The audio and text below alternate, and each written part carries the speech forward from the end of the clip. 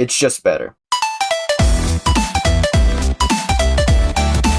But no, let me explain myself. So, Overwatch 2 recently released about a month ago, and I've been playing a shit ton of, you guessed it, Paladins. Now before you click off this video, take a look at this graph. If Paladins is dead, then Multiverses has been dead for the past, 2 years and is now buried in a graveyard with no tombstone. Now to the topic of this video. Both Paladins and Overwatch 2 are team-based shooters that are released around the same time in 2016. Overwatch in May and Paladins in September. This led to a lot of people believing that Paladins was an Overwatch clone, and understandably so. Just take a look at some of these character designs. But is it actually a clone? You see, Paladins started development in early 2012, and Overwatch only started its development in 2013 after Project Titan shut down. This means that it's more likely that Overwatch is a Paladins clone. But hey, it doesn't matter who copied who. You're here to know why Paladins is better than Overwatch 2. Oh, and we're gonna talk about that too later. So let's start with...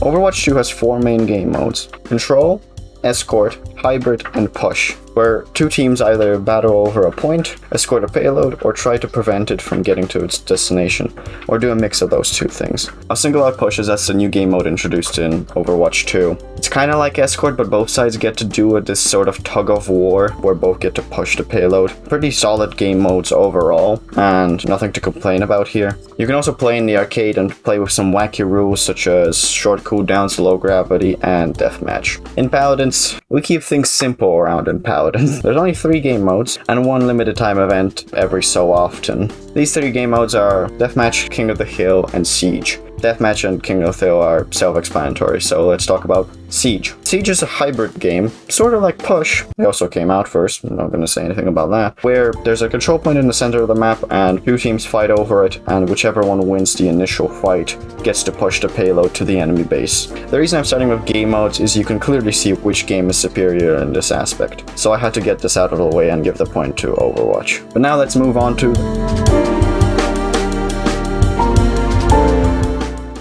As I mentioned earlier, both games are 5v5 team-based shooters. By the way, Paladins did this first. I'm going to start with explaining the basic roles of both games, as they are pretty similar but vary vastly in gameplay. In Overwatch, the roles we have are tank, support, and DPS. As a tank, you have giant health boosts with damage comparable to DPS. Their job is to make space for your team and try to focus down squishy supports while also protecting their supports and DPS. They're in a way the shot caller of the team, because if they die first, the team will mostly not survive. DPS, the damage dealers of the team. Smaller health pools, your main job is to make picks. The supports, they are the glue that keeps the team together. And just making sure, do not play a support if you think they are a healer. If you think a support is a healer, you are playing support wrong. Make sure to do the damage and the healing. You are capable of doing both. There's a reason all of the supports have guns or weapons that do damage. On your team, you can only have 1 tank and 2 of the other roles. You could play open queue, but that just becomes goats, and we all know how fun that is. The problem with this is that you must select your role before you get into a lobby, which makes the queue times for tanks, for example, very interesting and fun. In Paladins, we have 4 roles. Frontliners, basically the tanks of the team, must make sure that the objective is being secured. DPS, the damage dealers of the team, go in, do damage to the tanks, can 1v1 most things, but don't have insane amount of damage. The flanks, these are the people that will go into your backline and destroy it. They're the true damage dealers. Support, you keep your team alive, make sure that everyone's fine, and also do a little bit of damage. While these roles sound similar on paper, they play out quite differently in-game. The reason for this being the design philosophies of these games. In Paladins, barely anything can one-shot you other than some ultimates. While in Overwatch, you can walk out of spawn and get immediately headshotted by a Hanzo who by accident shot in that direction. Paladins, in my eyes, also has quite a lot more flexibility in how likely you are to win an encounter, as the individual has an ability to change the flow of the game, no matter what role they are. While Overwatch 2, moving to a 5v5, has helped bring out the individual, there's still a sense of inability to do much if you're stuck with a DPS who can't aim or a tank who won't push. I'd say that this mostly depends on personal preference, so I'm going to give both of them half a point, but after mentioning tanks, let's talk.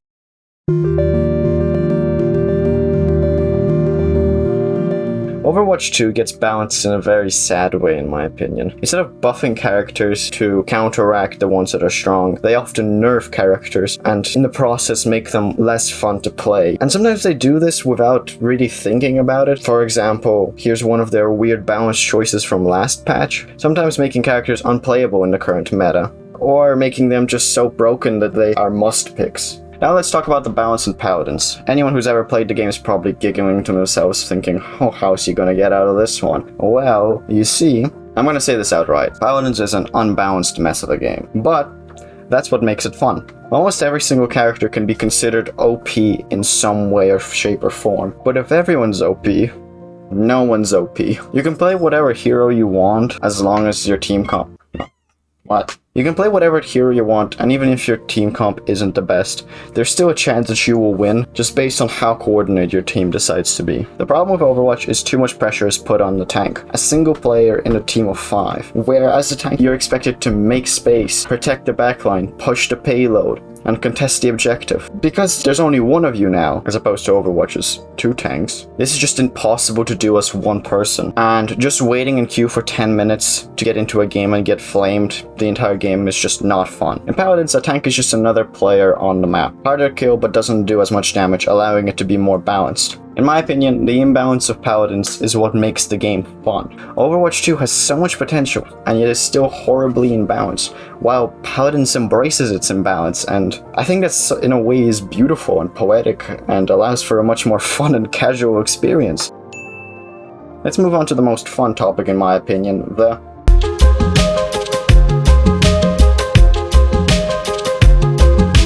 There are 57 champions in Paladins and 35 heroes in Overwatch 2. You see, Paladins has a lot more variety, with its playstyles designed for heroes, while Overwatch has less heroes, but they are more defined in their playstyle. In Paladins you can be a giant fucking space lizard insect thing that sits in place and goops enemies. Like, what more could you want? Let me throw a couple of more at you. Angel that throws hammers at you, Sci-fooding assassin from space, Bomb King, who is literally the bomb, a rabbit that rides a 2-headed dragon, Groot from Guardians of the Galaxy, and fucking Pip. Overwatch is a lot more strict with its design, trying to fit it all into its neat lore about racism, while the company ignores and, shuts down anyone that mentions all of their problems. I mean, what? There's some standout designs though. Monkey with electric gun, cybernetic ninja, the good old Moi IRA, and Robot Jesus. Now I'm going to point out a negative. If you're a new player in Paladins, you are going to have to grind your way, earning gold by completing challenges and dailies to unlock most of the roster. This can be quite annoying, but also makes you engaged as you have a sense of progression and does not feel pay to win as there isn't ravenous competition in the Paladins lobbies. Talking about playing as these characters, one thing that I love about Paladins is the cards talent system. So if you've never played Paladins, every character has 16 cards that all have 5 levels. You can build a 6-card deck outside of a lobby for various playstyles you want to go with for the character. These cards can do anything from giving you lifesteal to reducing cooldowns of your abilities to giving you shields. It's honestly nuts the amount of customization that can go into your playstyle with a certain character. You also get 3 talents, which are basically souped up cards. They straight up alter your abilities and can heavily impact your playstyle. Some can be a bit boring, but others can be game changing, like Maeve's Pounce Prowl, which lets you chain your pounces sort of like Genji's Dash. By the video starter you can understand that I am biased towards Paladins, but I just feel it's better to give the players the ability to customize their hero to the best suit their playstyle than to hope that a hero you made is fun enough that a person is willing to learn the ins and outs of them.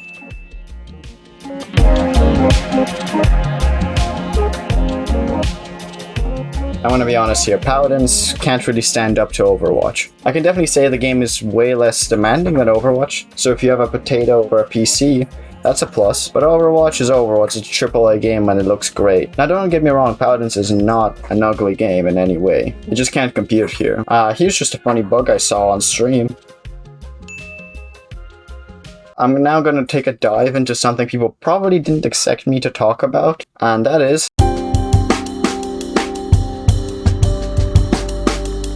If you thought this was just an easy win for Overwatch, I'd like to give you my statement and tell you why you're wrong. First of all, Paladins has lore. Yep, it does. That's the statement. Most characters are connected to one another, some even share voice lines. Of course, it's not on the same level as Overwatch, but I think the sheer willingness of the dev team to implement such goofy ideas as Bomb Kick and Giant Space Lizard into one game is worth something. I love both of these games' approaches to lore, so I'm just going to give both of them half a point. We're looking at lore and graphics. We might as well take a look at a bit more of an infamous topic.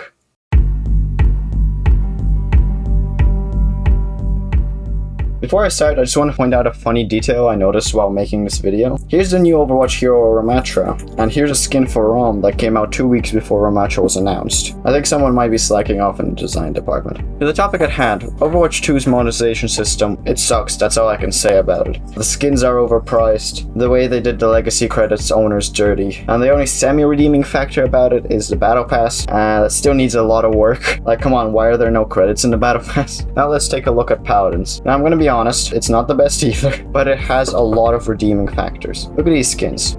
These skins cost around $5 for me, and I know for others they cost around $10, but they completely redesigned the character, have unique voices, sound effects, and visual effects. They're like Overwatch Mythic skins, but better. Plus, if you don't want to spend any money on the game, you can also just grind your way to level 50 on a character and get golden skins, which 90% of the time look sick as hell and also have custom effects, so win-win.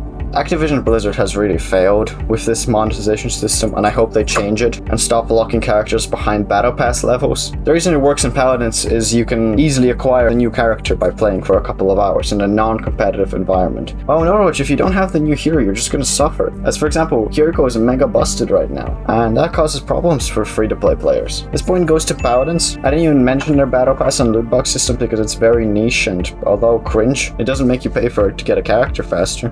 I mentioned a competitive environment, so let's talk about...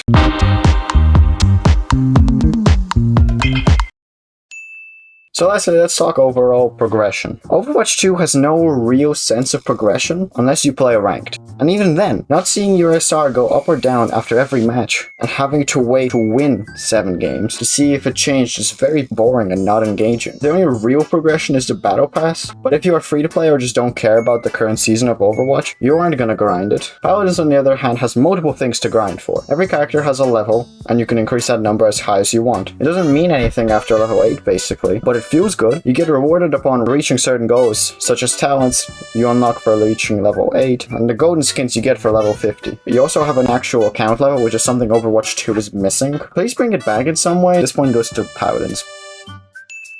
Final statements. Overwatch 2 has been out for about a month and a half now, and by the time this video is posted, basically its first season is over. I'm gonna be honest, calling this a sequel is insulting after what Jeff Kaplan said. I know he left the company, but it just adds salt to the wounds. The game is fun at times, but only if you are very into ranked or are queuing with multiple friends in quick play. Paladins has been around for just as long as Overwatch, and it's still fun to this day. If you disagree with me, I can understand, especially if you like games for their competitive side. But I feel like as a game that you just want to sit down and have some fun with, Paladins is just so much better. Feel free to agree or disagree in the comments. Subscribe if you feel like it, and I'll see you next week. I stream on twitch.tv/Rasmom. See you there. Peace.